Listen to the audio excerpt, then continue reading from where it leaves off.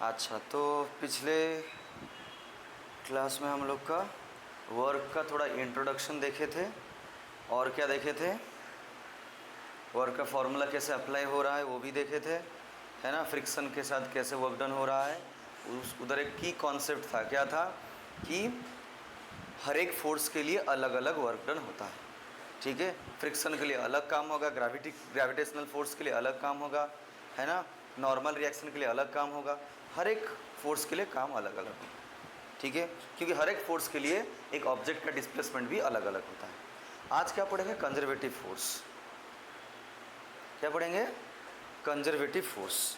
ठीक है, चलो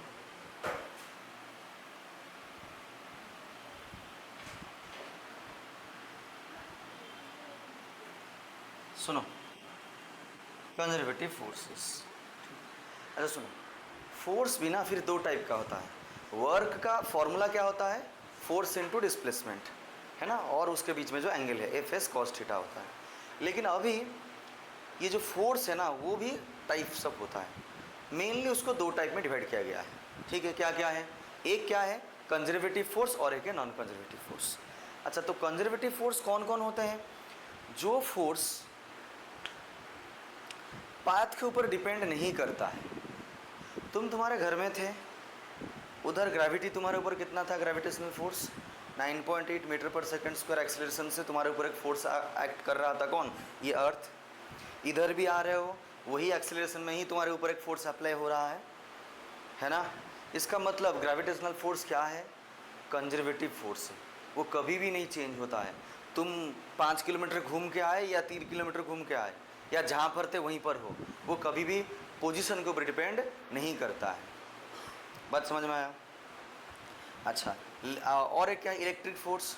तुम्हारे घर में भी इलेक्ट्रिक फोर्स क्या था, जो भी कुछ वैल्यू होगा चार्ज का वैल्यू को लेके जो भी वैल्यू होगा, इधर भी वही वैल्यू है। समझ पा रहे हो, उधर भी चार्ज का मतलब तुम्हारे घर में भी इलेक्ट्रॉन का वैल्यू जो भी था, इधर भी इलेक्ट्रॉन का वैल्यू वही है। इसका मतलब उन दोनों में जो फोर्स होगा वो भी इक्वल होगा। इसका मतलब ये जो इलेक्ट्रोस्टैटिक फोर्स है ना, या इलेक्ट्रिक फोर्स, ग्रेविटेशनल फोर्स, ये सब क्या है, पाथ के ऊपर डिपेंड नहीं करता है। जो फोर्स पाथ के ऊपर डिपेंड नहीं करता है, ठीक है, उसी को क्या बोलते हैं, कंजर्वेटिव फोर्स। ठीक है, कौन सा फोर्स पाथ के ऊपर डिपेंड करता है, frictional force. Frictional force path के ऊपर डिपेंड कर रहा है।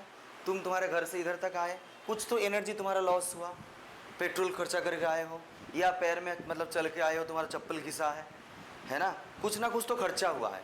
लेकिन ग्रेविटी के लिए कुछ खर्चा देना पड़ता है, इलेक्ट्रिक फोर्स के लिए कोई खर्चा देना पड़ता है, वो गवर्नमेंट का डिपार्टमेंट को देते हो, क्योंकि वो उसके सैलरी, जो एम्प्लॉय उसको सैलरी देगा।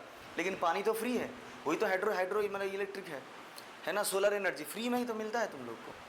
ठीक है, हाँ, खरीदने में पैसा जाता है, क्योंकि वो जो एम्प्लॉय है वो लोग भी तो, उन लोगों को भी तो संसार चलेगा, इसलिए तुम लोग पैसा देते हो, नहीं तो वो एनर्जी क्या है, फ्री है। समझ पा रहे हो। तो लिखेंगे डेफिनेशन कंजर्वेटिव फोर्सेस का, लिखो, a force is said to be conservative, a force is said to be conservative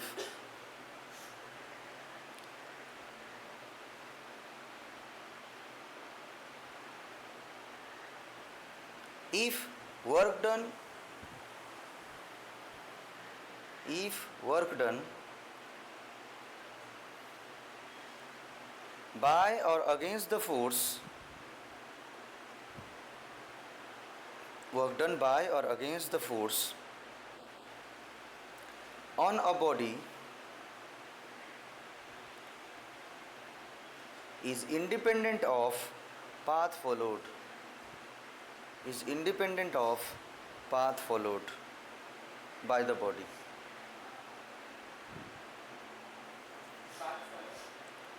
Path followed by the body, and depends only on initial and final position. Depends only on initial and final position.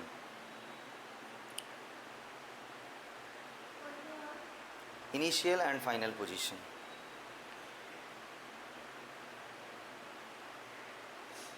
Example में लिखो, gravitational force, spring force, coulomb force,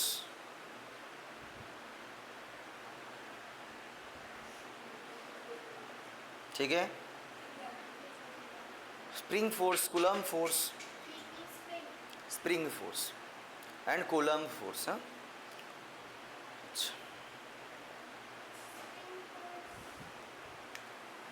हाँ बोलो। Spring force কি হবে? Spring force থোড়ি না পাথরের উপরে depend করে। না না, সেম স্প্রিংটা এমনি হয়ে আছে। स्प्रिंग ऐसा है, तुम स्प्रिंग के ऊपर कोई भी ऑब्जेक्ट रखो, वो थोड़ी ना डिपेंड करेगा कौन सा ऑब्जेक्ट है क्या नहीं। स्प्रिंग एक पर्टिकुलर स्प्रिंग एक पर्टिकुलर तरह ही मतलब बिहेव करेगा, वो कभी मतलब ख़त्म नहीं होता है।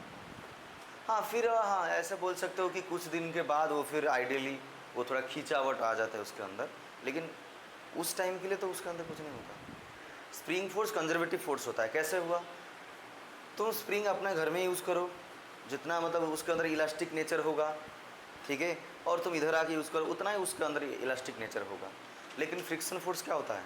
ख़त्म हो जाता है, तुम्हारी एनर्जी कुछ लॉस हो गया। हाँ तुम बोलोगे सर हाँ स्प्रिंग का भी तो एनर्जी लॉस होता है कुछ दिन के बाद, है ना, वो स्प्रिंग के अंदर एक खिंचावट आ जाता है, वो स्प्रिंग और उस तरह बिहेव नहीं करेगा, है ना, बार बार ऐसे ऐसे करते करते करते करते उसके अंदर एक खिंचावट आ जाता है, वो बहुत दिन के बाद आता है ना। आइडियली क्या है, वो एक कंजर्वेटिव फोर्स। ठीक है, तो कैसा है, क्या बोला अभी देखो, ये ए पॉइंट है इनिशियल, ये मान लो बी पॉइंट है फाइनल। तुम ऐसे सीधा आओ, ये पहला रास्ता है, ऐसे घूम के आओ, ये दूसरा रास्ता है, या तुम ऐसे आओ। सब में वर्क डन क्या होगा? सेम होगा। ठीक है, सब रास्ते के लिए वर्क डन क्या होगा? सेम होगा। ठीक है, समझ में आया? लिख लो जल्दी से।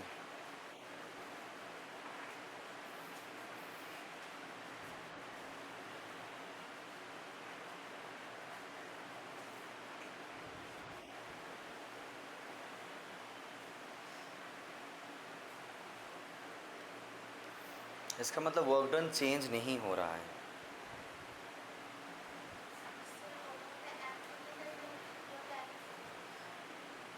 One two three.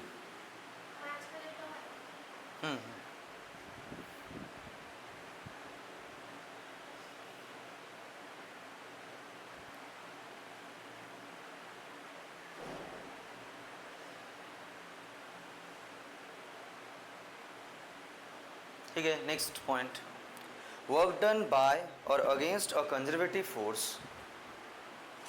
Work done by और against a conservative force moving a conservative force in moving a particle along a closed path, in moving a particle along a closed path, bracket में round trip, bracket में round trip, जा रहा हूँ फिर आ रहा हूँ, तो राउंड ट्रिप हुआ ना। ठीक है, ब्रैकेट में लिखना राउंड ट्रिप, ब्रैकेट ख़त्म करो, इज़ ज़ीरो।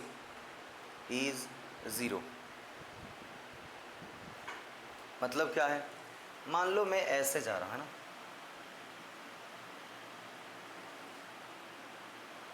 ये ए है, ठीक है, फिर इधर बी है, फिर इधर सी है, फिर इस रास्ते इधर डी है। क्या बोला? अगर कंजर्वेटिव फोर्स है उसके लिए जो वर्क डन आएगा, अगर वो ऑब्जेक्ट क्लोज पाथ में घूम रहा है ना, उसका टोटल वर्क डन को ऐड करोगे तो कितना आंसर आएगा? ज़ीरो। समझ में? देखेंगे, सब एग्जांपल देके देखेंगे। ठीक है, क्या बोल रहा हूँ, अगर पाथ क्लोज्ड है, अगर वो फोर्स कंजर्वेटिव है, इसका मतलब ग्रेविटेशनल फोर्स के लिए राउंड ट्रिप में काम क्या होगा? ज़ीरो। तुम घर से इधर आए, इधर से घर गए, उसके लिए वर्क डन कितना होगा? ज़ीरो। अरे बोलते थे ना, तुम इधर से घर, तुम्हारे घर से कोचिंग में आ रहे हो, कोचिंग से घर जा रहे हो, है ना, तो तुम्हारा वर्क डन कितना है? ज़ीरो। क्यों? क्योंकि डिस्प्लेसमेंट ज़ीरो नहीं, वो गलत था। अरे ऐसे सुने हो कि नहीं, डिस्प्लेसमेंट जीरो है तो वर्क डन जीरो है। हाँ, W=F/s, डिस्प्लेसमेंट जीरो मतलब क्या है, इधर तुम्हारा घर से कोचिंग आ रहे हो, कोचिंग से घर जा रहे हो, डिस्प्लेसमेंट जीरो बोलते थे ना, है ना, इसीलिए वर्क डन जीरो नहीं, वो गलत था। Work done by the conservative force zero होता है। अरे तुम इधर से घर आए, तुम्हारा एनर्जी लॉस नहीं हुआ है, तुम यहाँ से घर जा रहे हो, तुम्हारी एनर्जी मतलब तुम्हारा एनर्जी लॉस हो रहा है ना, किस लिए हो रहा है? फ्रिक्शन के लिए हो रहा है। फ्रिक्शन जीरो नहीं काम करता है, फ्रिक्शन काम करेगा, लेकिन ग्रेविटेशनल फोर्स जीरो काम करता है तुम्हारे ऊपर। क्यों? क्योंकि ग्रेविटेशनल फोर्स है कंजर्वेटिव फोर्स है। कंजर्वेटिव फोर्स अगर राउंड ट्रिप में तुम उसका अगर वर्क डन को कंसिडर करोगे तो उसके लिए जीरो आएगा। बात समझ में आए? क्वेश्चंस करने से तुमको और भी आइडिया आएगा। आ रहा हूँ क्वेश्चन में, तो बोलो work done by ABCD is equals to क्या होगा? जीरो। क्यों? ये राउंड ट्रिप है। कैसे इसको लिखते हैं बोलो? देखो ऐसे तोड़ तोड़ के लिखेंगे, देखो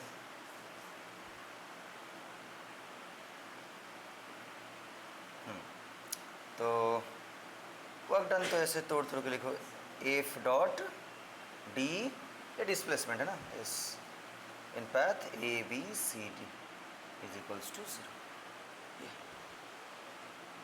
ठीक है, इसको एक बॉक्स बनाना है, इसको भी एक बॉक्स बनाना है।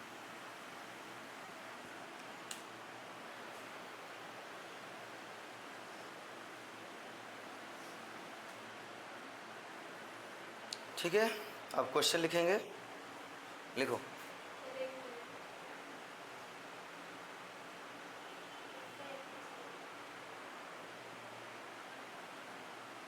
ठीक है, लिखो।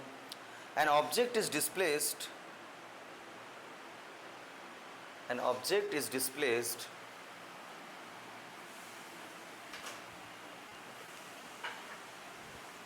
question, object is displaced from a point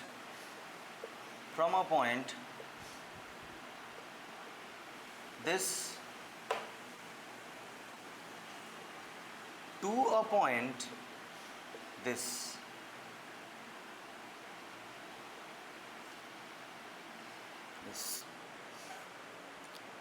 Point this to the point this under a constant force this,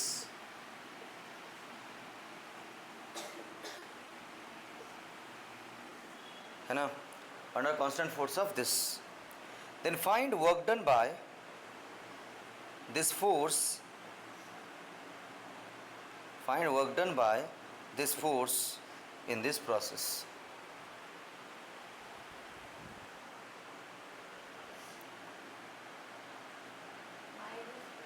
By this force. तो देखो ये एक पॉइंट है, आंसर, सुनो, इस पॉइंट पे है।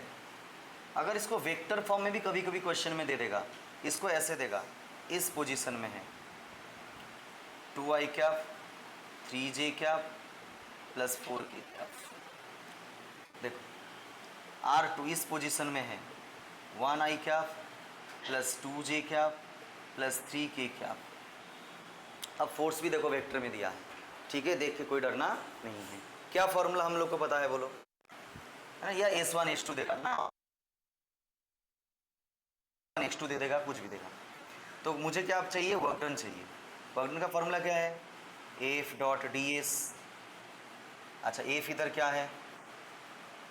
वेक्टर में है, तो क्या है बोलो?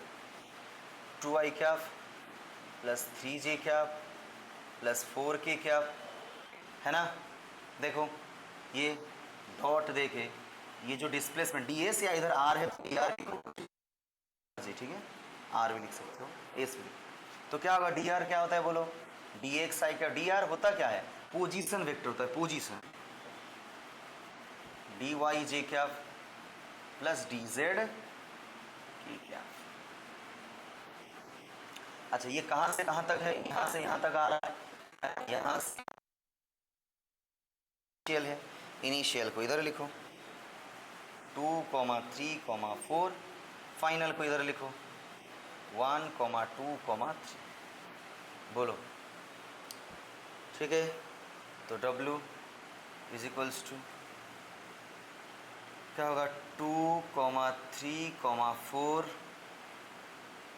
1, 2, 3। क्या होता है? आई डॉट आई 1 होता है, तो 2dx plus J dot J 1 होता है 3dy plus k dot k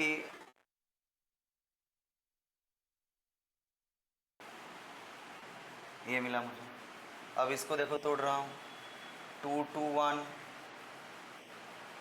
plus 3 dy, क्या होगा 3 2 2 प्लस फिर ये 4 d एक जेड, कहाँ से कहाँ तक 4 2, ये देखो समझ में आया। अब देखो साइड में कर रहा हूँ, एक बार कर लेता हूँ फिर डाउट पूछ लेना। अब देखो तो उसको ही कर रहा हूँ, देखो W इक्वल टू है ना, 2 बाहर है, कांस्टेंट है, dx का इंटीग्रेशन क्या होता है, सेजल dx का इंटीग्रेशन क्या होता है,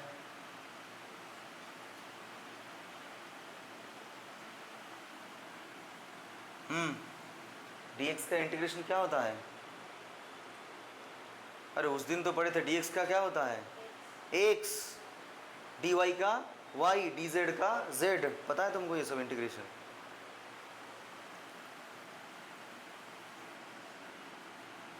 +3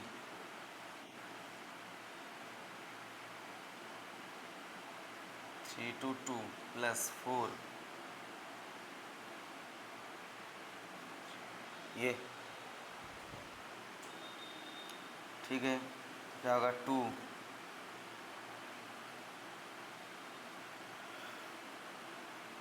upper limit minus lower limit,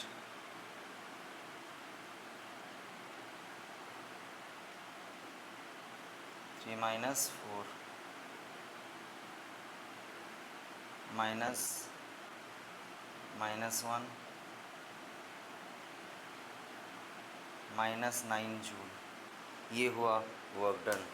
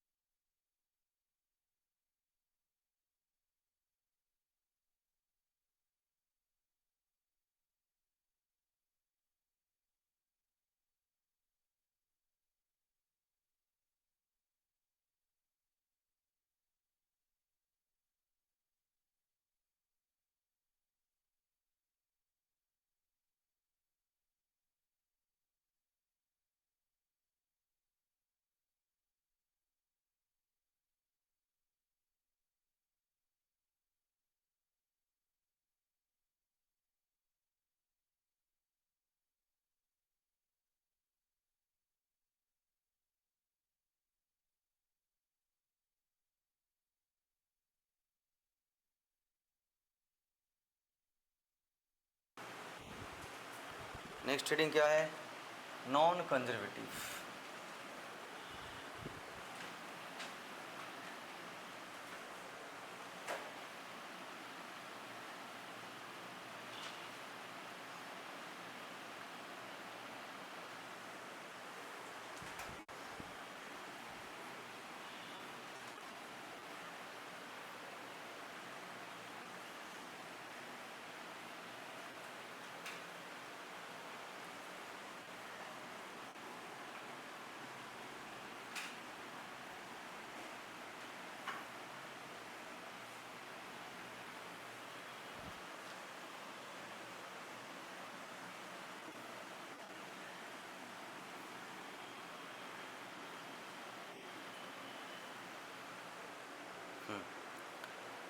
तो नॉन कंजर्वेटिव फोर्स का मतलब क्या है? जो पाथ के ऊपर डिपेंड करता है। फ्रिक्शन फोर्स, तुम अगर 5 किलोमीटर घूम के आओगे तो तुम्हारा चप्पल ज़्यादा घिसेगा, है ना, और क्या होगा? एनर्जी ज़्यादा लॉस होगा, है ना। ये सब किसके लिए हो रहा है? फ्रिक्शन फोर्स के लिए हो रहा है। तो फ्रिक्शन फोर्स पाथ के ऊपर डिपेंड करता है। लिखो, a force is said to be non conservative if work done by और against the force, work done by or against the force in moving a body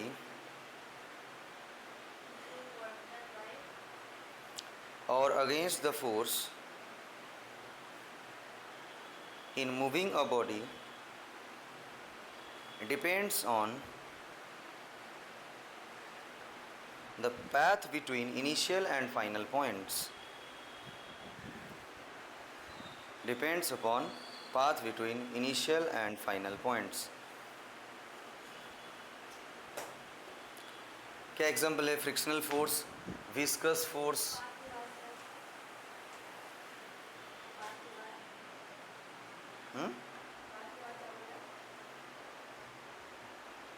क्या? path between initial and final point.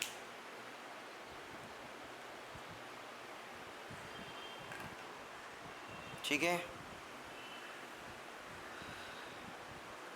Example लिखे, frictional force, viscous force.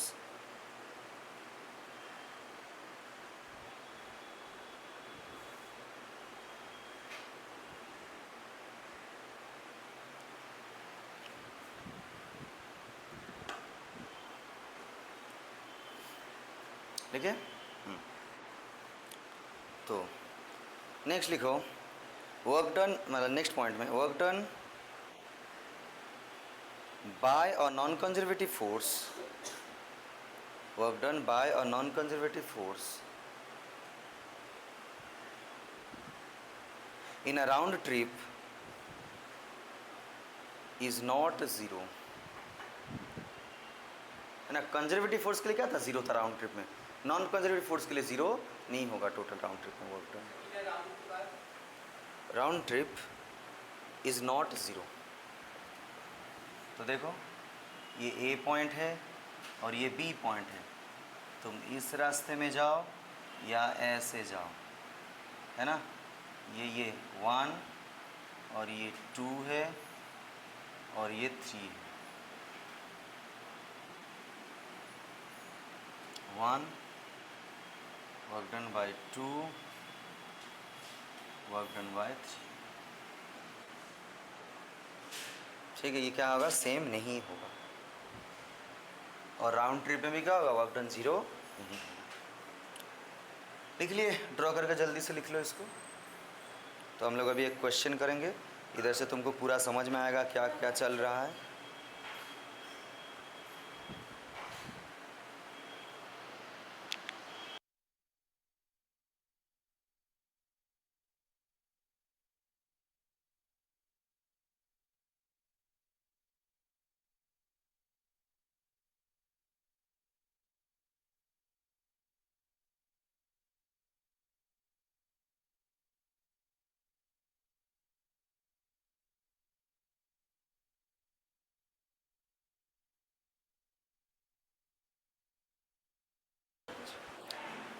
देखो question, a body of mass 0.3 kg, body of mass 0.3 kg is taken up 3 kg is taken up an inclined plane up an inclined plane of length 10 meter, inclined plane of length 10 meter and height 5 meter, comma, and then allowed to slide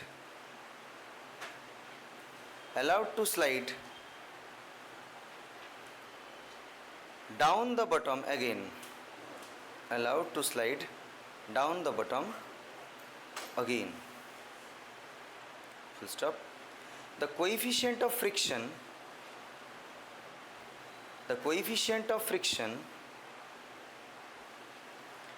between the body and the plane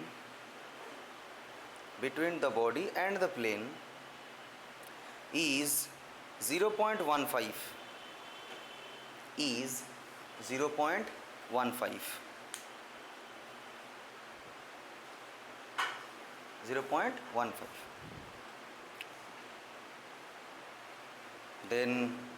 then what is the first question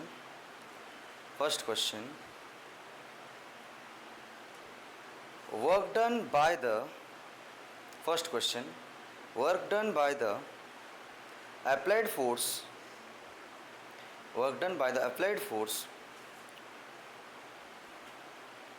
over the upward journey.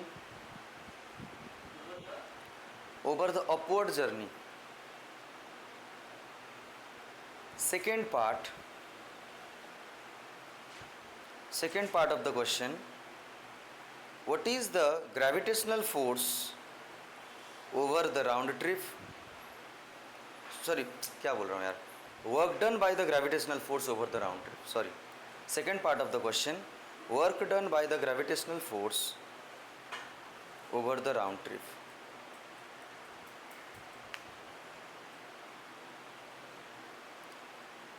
Third part of the question,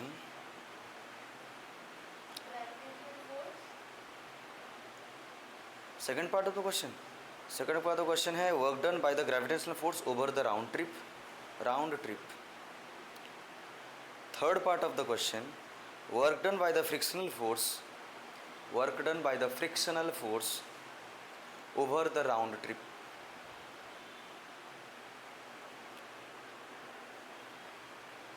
ठीक है? तो देखो इधर drawing नहीं दिया है ना, तुमको समझ के ड्राइंग करना पड़ेगा,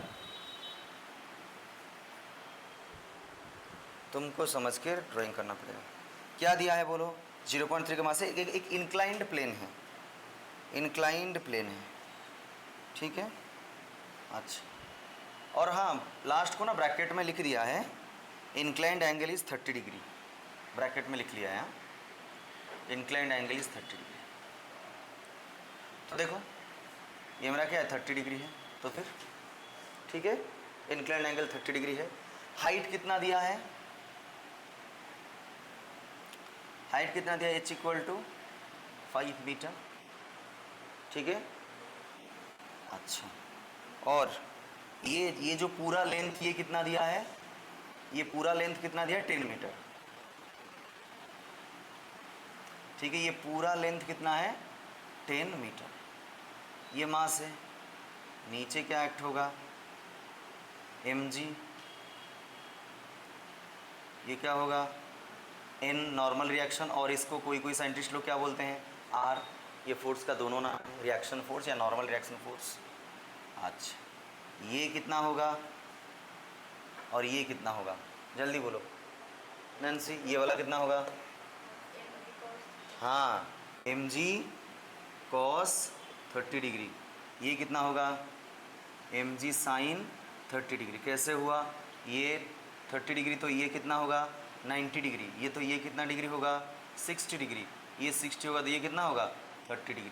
तो जिसको टच होके होता है वो कॉस में होता है, टच नहीं होता है उसको वो साइन होता है। ये सब आता है। अच्छा, ये पूरा लेंथ कितना है? अच्छा, फ्रिक्शन फोर्स है ना, मैं इसको ऐसे खींच रहा हूँ, है ना, मैं इसको ऐसे एक्सटर्नल फोर्स लगा के खींच रहा हूँ। ऑब्वियसली मुझे एक्सटर्नली एक फोर्स अप्लाई करना पड़ेगा, नहीं तो ये ऑब्जेक्ट कैसे ऊपर जाएगा, है ना। तो और पीछे क्या एक्ट कर रहा है, पीछे और एक फोर्स भी एक्ट कर रहा है, इसका नाम क्या है, फ्रिक्शन फोर्स F। बोलो। और ये जो सरफेस में क्या गिवन है, फ्रिक्शन मतलब म्यू गिवन है, 0 कितना दिया, 0.15। बोलो ये डायग्राम में कोई डाउट है सेजल?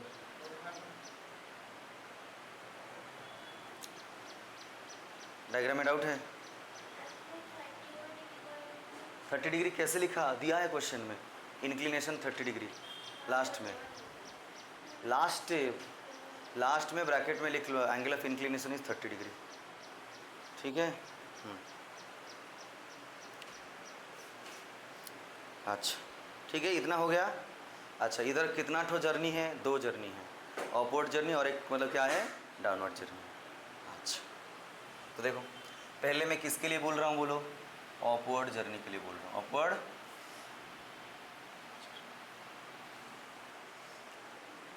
है ना, अपवर्ड जर्नी में देखो क्या हो रहा है। अच्छा देखो ध्यान से, देखो ध्यान से, पहले में work done by the gravitational force, क्या हो रहा है बोलो, ग्रेविटी, कौन सा ग्रेविटी काम करी, इधर ये नीचे आ रहा है, अरे ग्रेविटी है इसीलिए इसको खींच के नीचे ला रहा है।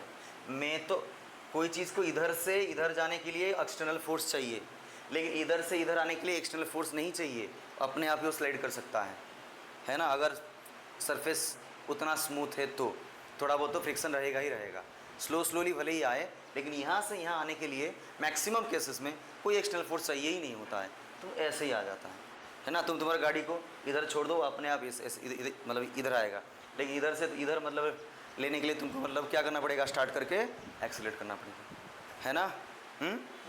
तो यहाँ से यहाँ आ रहा, तो ग्रेविटी के लिए तो ये ऑब्जेक्ट के ऊपर जब वो अपवर्ड जा रहा है, ग्रेविटी कितना काम कर रहा है, ये है क्वेश्चन। क्या है, फोर्स इनटू डिस्प्लेसमेंट या एफ एस कॉस थीटा, अरे ये sir no, F S cos theta. अच्छा, थीटा क्या होता है, angle between force and displacement. इधर मैं कौन सा फोर्स के बारे में मतलब बात कर रहा हूँ अभी के लिए, ग्रेविटेशनल फोर्स। ग्रेविटेशनल फोर्स देखो नीचे एक्ट कर रहा है, यही ना mg, तुम्हारा वेट ही तो तुम्हारा ग्रेविटेशनल फोर्स है ना।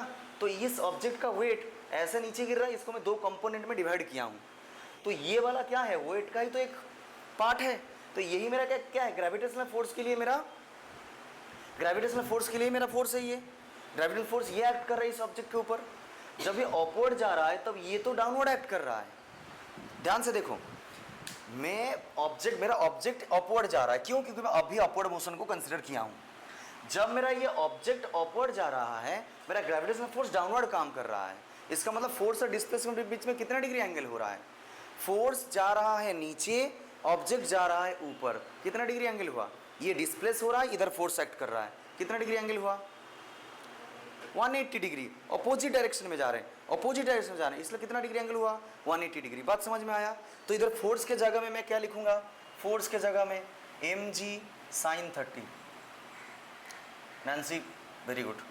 अच्छा, तो ये डिस्प्लेसमेंट कितना है, 10, फिर ये कितना क्या होगा, cos 180 डिग्री। बोलो, बात समझ में आ रहा है। फोर्स नीचे, ये ऊपर जा रहा है, वो कितना डिस्प्लेसमेंट जाएगा, यहाँ से यहाँ तक जाएगा, 10 दिया है, इनटू cos 180 डिग्री। तो चलो कैलकुलेट करो, m कितना है, मास इधर कितना दिया है बोलो, मास 0.3, g कितना 10, sin 30 1/2, 10 इंटू -1, ठीक है। तो क्या होगा आंसर, क्या होगा आंसर, ये -15 जूल। बोलो बोलो बोलो, पूछो, समझ में आया। नहीं बच्चा, थोड़ा तुमको प्रॉब्लम होगा, लेकिन हो जाएगा। देखो नैन्सी, देखो आई थी लेट में, उसका हो गया है कंप्लीट, तुम्हारा भी हो जाएगा। अब देखो, work done by the frictional force, ध्यान से सुनो सुनो, work done by the frictional force क्या है, फॉर्मूला, फॉर्मूला तो चेंज नहीं होगा, एफ एस कॉस थीटा। क्या है, एफ एस कॉस थीटा। अच्छा, एफ क्या है, मेरा फ्रिक्शनल फोर्स, अरे अभी के लिए मेरा फ्रिक्शनल फोर्स है, अलग अलग फोर्स के लिए अलग अलग काम होगा, ये तो मैं कोर कॉन्सेप्ट है। अलग अलग फोर्स अलग अलग काम करेंगे हमेशा। तो F S cos theta, F क्या है बोलो? Frictional force. फ्रिक्शनल फोर्स का क्या काम होता है? क्या काम है? म्यू इंटू एन या mu into R, S cos theta. और एक बात याद रखना, फ्रिक्शनल फोर्स के लिए वो अपवर्ड जर्नी हो या डाउनवर्ड जर्नी हो, फ्रिक्शनल फोर्स होता क्या है? अप्लाइड फोर्स के ऑपोजिट में काम करता है। जैसे डिस्प्लेसमेंट हो रहा है उसके ऑपोजिट में फ्रिक्शन लगता है। अरे यही तो काम होता है। फ्रिक्शनल फोर्स कहीं पर भी है, एंगल मेरा 180 डिग्री होगा, क्योंकि वो ऑलवेज ऑपोजिट में ही काम करता है। अरे ये सर नो, तुम घर से कोचिंग में आ रहे हो, लेकिन फ्रिक्शनल फोर्स कैसे एक्ट कर रहा है तुम्हारे ऊपर कोचिंग से घर तक? समझ पा रहे हो ना? ऐसे ऐसे चल रहे हो ना, है ना? तो फ्रिक्शनल फोर्स पीछे एक्ट करता है हमेशा, डिस्प्लेसमेंट का हमेशा अपोजिट में काम करेगा। तो वो हमेशा कितना डिग्री होगा? 180 डिग्री। इधर भी होगा, देखो तुम ऊपर जा रहे हो, देखो फ्रिक्शनल फोर्स पीछे लग रहा है, 180 डिग्री है। तो क्या लिखोगे बोलो? म्यू एन क्या है? N equal to M G cos 30। S कितना है? 10 इंटू कॉस 180 डिग्री। पुट करो value 0.15, 0.3 into 10 into √3/2 into 10 into -1। बोलो, है ना? -3.8 जूल। बोलो नेक्स्ट क्या है? Work done by the external force, है ना? नेक्स्ट क्या है? Work done by the external force. क्या होगा बोलो? F S cos theta. ये फॉर्मूला तो सेम है। इधर एफ क्या है? एक्सटर्नल फोर्स, है ना? अच्छा अब डिस्प्लेसमेंट क्या है? ये 10 होगा। कॉस कितना डिग्री होगा? ये तो मेन कॉन्सेप्ट है, कॉस कितना डिग्री। देखो मैं जैसे फोर्स अप्लाई कर रहा हूँ, ऑब्जेक्ट वैसे ही जा रहा है, तो कितना डिग्री होगा? अरे देखो एक्सटर्नल फोर्स मेरा ऐसे, एक्सटर्नल फोर्स मेरा ऐसे जा रहा है, ऑब्जेक्ट भी ऐसे जा रहा है, कितना डिग्री एंगल हुआ? देखो ऑब्जेक्ट भी ऐसे जा रहा है, एक्स्ट्रा फोर्स ऐसे अप्लाई कर रहा हूँ, तो 0 डिग्री एंगल हुआ। अरे ऑब्जेक्ट ऐसे जा रहा है, डिस्प्लेसमेंट फोर्स भी ऐसे जा रहा है, कितना डिग्री एंगल हुआ? 0 डिग्री एंगल हुआ। ठीक है, तो क्या लिखूंगा? F S cos 0। एफ का वैल्यू क्या है? एफ का वैल्यू कुछ दिया है? एफ का वैल्यू क्या होगा बोलो? अरे मैं इधर इसको खींच रहा हूँ, इसका मतलब ये दोनों फोर्स के साथ उसको सेम होना पड़ेगा, तभी ना ये आगे जाएगा। बात को ध्यान से समझो, ये ऑब्जेक्ट कब आगे जाएगा? ग्रेविटी भी मुझे नीचे खींच रहा है, फ्रिक्शन फोर्स मुझे नीचे खींच रहा है, इसका मतलब ये जो है ना, ये जो एक्सटर्नल फोर्स, ये दोनों फोर्स के साथ सेम होना पड़ेगा, तब जाके ऑब्जेक्ट हिलेगा, नहीं तो हिलेगा भी नहीं। अरे ये सर नो, ये बात तो समझ पा रहे हो? हाँ, तो ये जो एफ होगा क्या होगा? M G sine 30 plus mu M G cos 30 into S into cos 1। अब सबका वैल्यू तुमको पता है, पुट करके बस मैं आंसर लिख रहा हूँ। अब तुम तो पुट कर सकते हो। कितना हो रहा है ये? 18.8।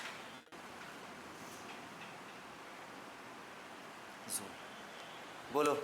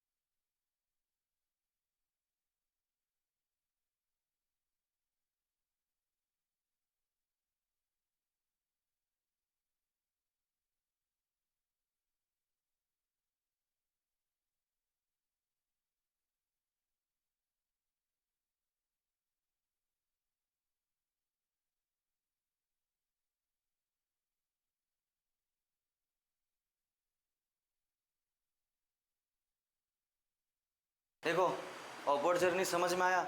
अब क्या पढ़ेंगे, डाउनवर्ड जर्नी पढ़ेंगे। अच्छा ठीक है, डाउनवर्ड जर्नी। तो देखो इधर मैं चेंज करना हूँ, डाउनवर्ड जर्नी।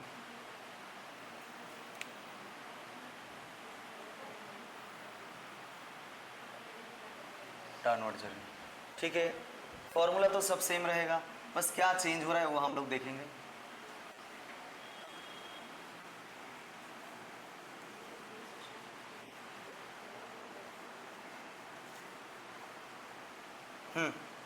चलो पहला पहला किसका काम चेक करेंगे, बोलो। ग्रेविटी का काम चेक करेंगे। अच्छा, ग्रेविटी कैसे एक्ट कर रहा है, बोलो। अपवर्ड जर्नी के लिए ग्रेविटी कैसे एक्ट कर रहा है। ग्रेविटी तो हमेशा डाउनवर्ड होगा, उसको तो कोई नहीं चेंज कर सकता है। ग्रेविटी डाउनवर्ड एक्ट कर रहा है। ऑब्जेक्ट भी कैसे आ रहा है, डाउनवर्ड आ रहा है। फिर से इसको बनाना पड़ेगा, है ना, ऐसा नहीं होता। हाँ फिर से इधर, ये मेरा अपवर्ड जर्नी के लिए था। डाउनवर्ड जर्नी में ठीक है, और एक बार बना लो तुम लोग इसको, और एक बार बनाना पड़ेगा। मेरे पास तो सुविधा है, मैं इसका फ़ायदा उठाऊंगा, है ना। ऑब्जेक्ट नीचे आ रहा है तो कोई एक्सटर्नल फोर्स का ज़रूरत है नहीं। फ्रिक्शनल फोर्स कैसे एक्ट करेगा, पीछे, क्योंकि बॉडी नीचे नीचे आ रही है, मोशन ऐसे आ रहा है। बोलो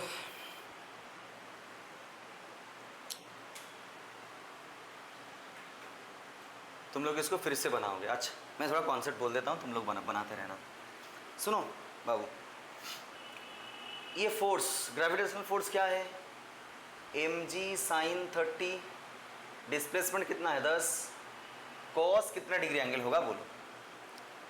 कॉस, अरे ग्रेविटेशनल फोर्स नीचे, ऑब्जेक्ट आ रहा है नीचे, कितना डिग्री एंगल हुआ, 0 डिग्री एंगल हुआ, है ना। अरे ऑब्जेक्ट आ रहा है नीचे, ग्रेविटेशनल फोर्स नीचे है, मतलब डिस्प्लेसमेंट और ये फोर्स दोनों ही डाउनवर्ड है, तो कितना डिग्री एंगल होगा, 0 डिग्री एंगल होगा।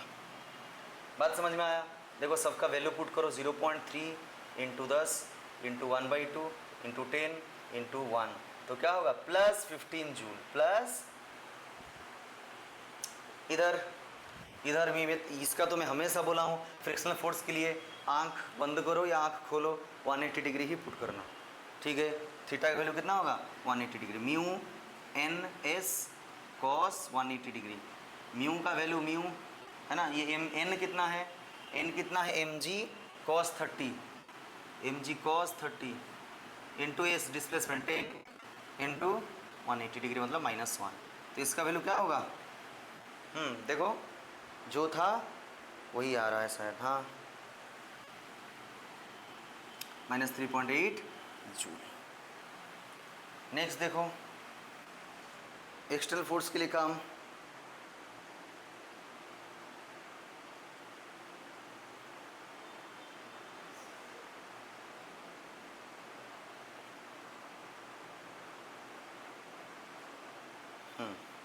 एक्सटर्नल फोर्स के लिए काम कितना डिग्री होगा, नीचे आने के टाइम में कोई एक्सटर्नल फोर्स का काम मतलब है, एक्सटर्नल फोर्स कोई काम करेगा तो इसका आंसर कितना होगा, कुछ नहीं होगा। डाउनवर्ड जाने के लिए एक्सटर्नल फोर्स कुछ चाहिए ही नहीं, ठीक है। अच्छा तो पहला पार्ट का आंसर बोलो। पहला पार्ट में क्या पूछा है, एक्सटर्नल फोर्स ने कितना काम किया है, तो एक्सटर्नल फोर्स ने कितना काम किया है, एक्सटर्नल फोर्स ने कितना काम किया है, हाँ, एफ कितना, एफ एस कॉस थीटा में कितना आया था, 8.8 जूल। सेकेंड क्वेश्चन बोलो, राउंड ट्रिप में ग्रेविटेशनल फोर्स ने कितना काम कर रहा है, आंख बंद करके तुम लोग बोल सकते हो। ग्रेविटेशनल फोर्स से क्या है, कंजर्वेटिव फोर्स है, कंजर्वेटिव फोर्स के लिए राउंड ट्रिप में काम क्या होता है, 0, और अभी भी हुआ भी देखो 0। अपवर्ड जर्नी के लिए -15 आया था, डाउनवर्ड जर्नी के लिए +15 आया है, दोनों का ऐड करो कितना आएगा, 0, ठीक है। Gravitational over the round trip अगर राउंड है तो क्या होगा, और फ्रिक्शन के लिए क्या होगा, फ्रिक्शनल फोर्स के लिए ओवर द राउंड ट्रिप क्या होगा ये,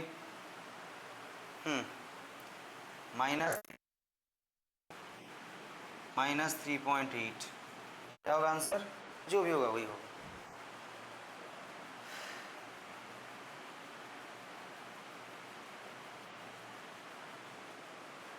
बोलो, समझ में आया? Over the round trip, oh sorry 7।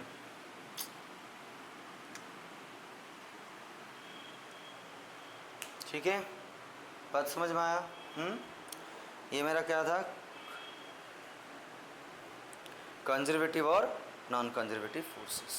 ठीक है, अच्छा, तो नेक्स्ट क्लास में हम लोग क्या पढ़ेंगे, एनर्जी के बारे में पढ़ेंगे। ठीक है।